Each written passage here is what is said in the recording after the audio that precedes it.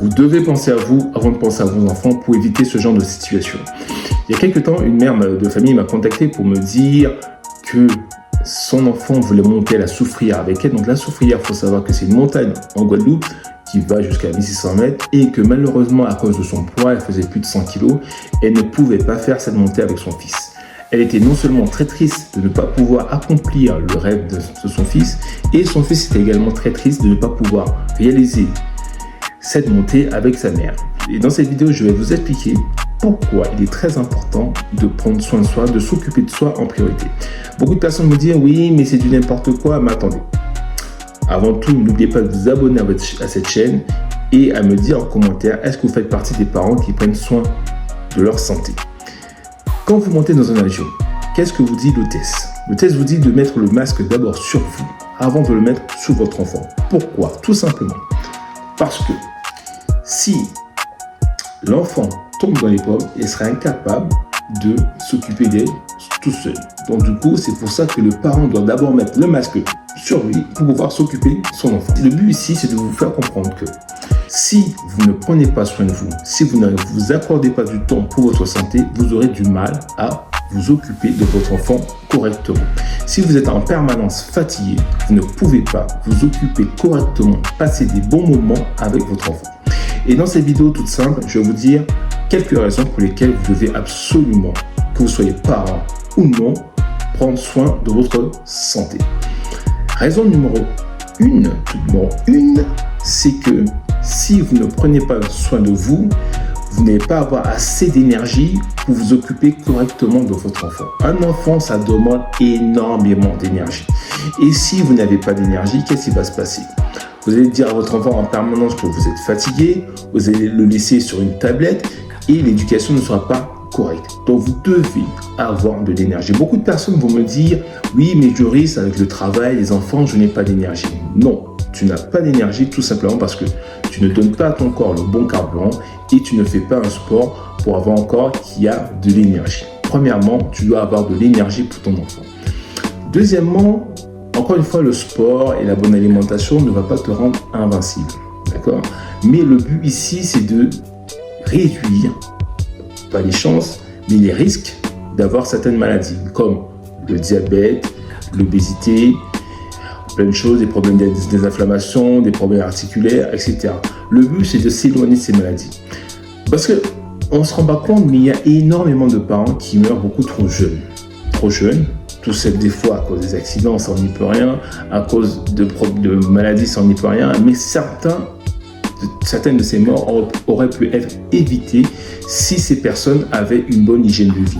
Certaines personnes meurent trop tôt parce qu'ils boivent trop d'alcool, certaines personnes meurent trop tôt parce qu'ils fument beaucoup trop, d'accord?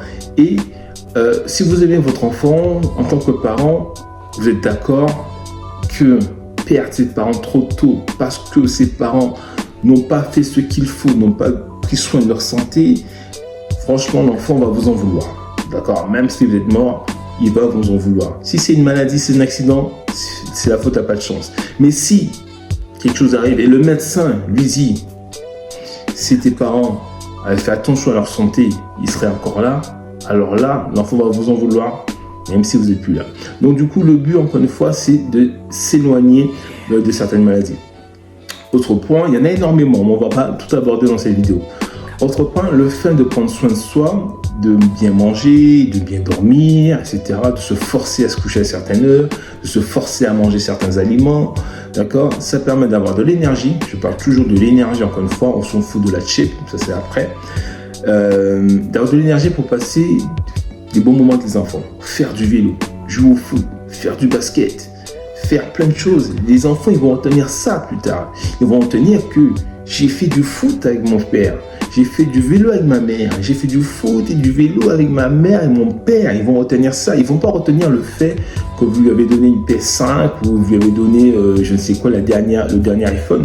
Ça, c'est le bon moment, mais quand il sera vu dans 10 ans, il va penser au moment qu'il a passé avec ses parents.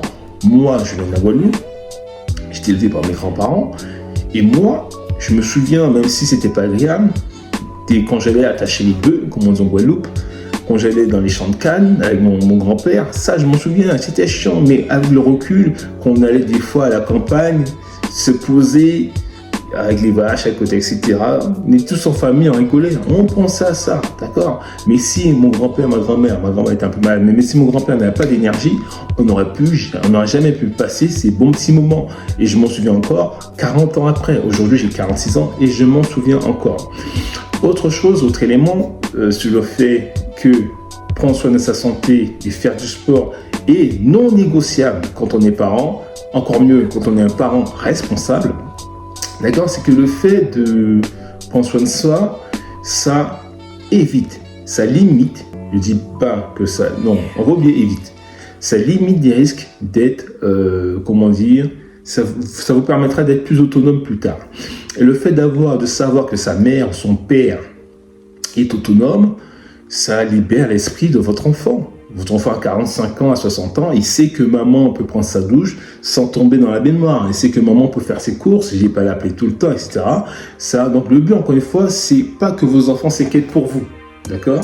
C'est à nous de nous inquiéter pour nos enfants, pas à eux. Donc on fait le maximum pour qu'ils puissent s'inquiéter le plus tard possible. D'accord? Faire du sport, avoir de l'énergie. Encore une fois, je parle toujours du fait d'avoir de l'énergie et du sport. Je ne parle pas de physique. D'accord? Évidemment, quand on fait du sport, on mange correctement, le physique suit. C'est un bonus. Et un élément qui va peut-être gêner certaines personnes, mais quand vous emmenez vos enfants à l'école, votre enfant doit être fier de ses parents. Il doit être fier d'avoir une maman qui se tient droite. D'accord? Un papa qui a de l'énergie. Encore une fois. Pour que ses enfants disent, ah oui, son père, il a de l'énergie. Hein. Ouais, il est bon son père. Hein. Ah ouais, il est costaud son père. Donc voilà, rien que pour l'image de vos enfants.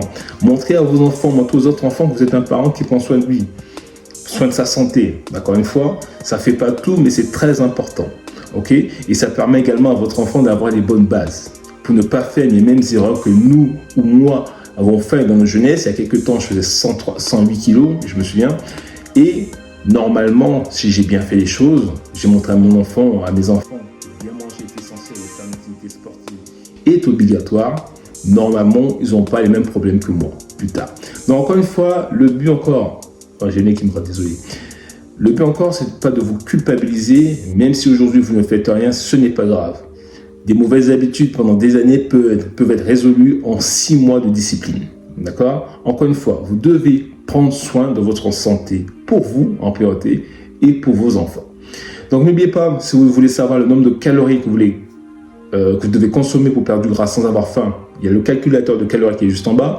Si vous avez plus de 40 ans et que vous êtes une femme qui a essayé beaucoup de choses pour perdre du poids et que vous n'y arrivez pas, c'est tout simplement parce que vous ne mangez pas en bonne quantité et que vous ne faites pas le beau sport, parce qu'après 40 ans, c'est pas la même chose. Il y a aussi le programme Plus Fit 90 qui est juste en bas, qui est un programme de 3 mois à faire à la maison avec des haltères et avec des plans alimentaires personnalisés. Et un autre élément qui permet à des parents d'avoir un maximum d'énergie, c'est de s'abonner à cette chaîne. Donc encore une fois, prenez soin de vous. N'oubliez pas, sans santé, on n'a rien et sans santé, on n'est rien.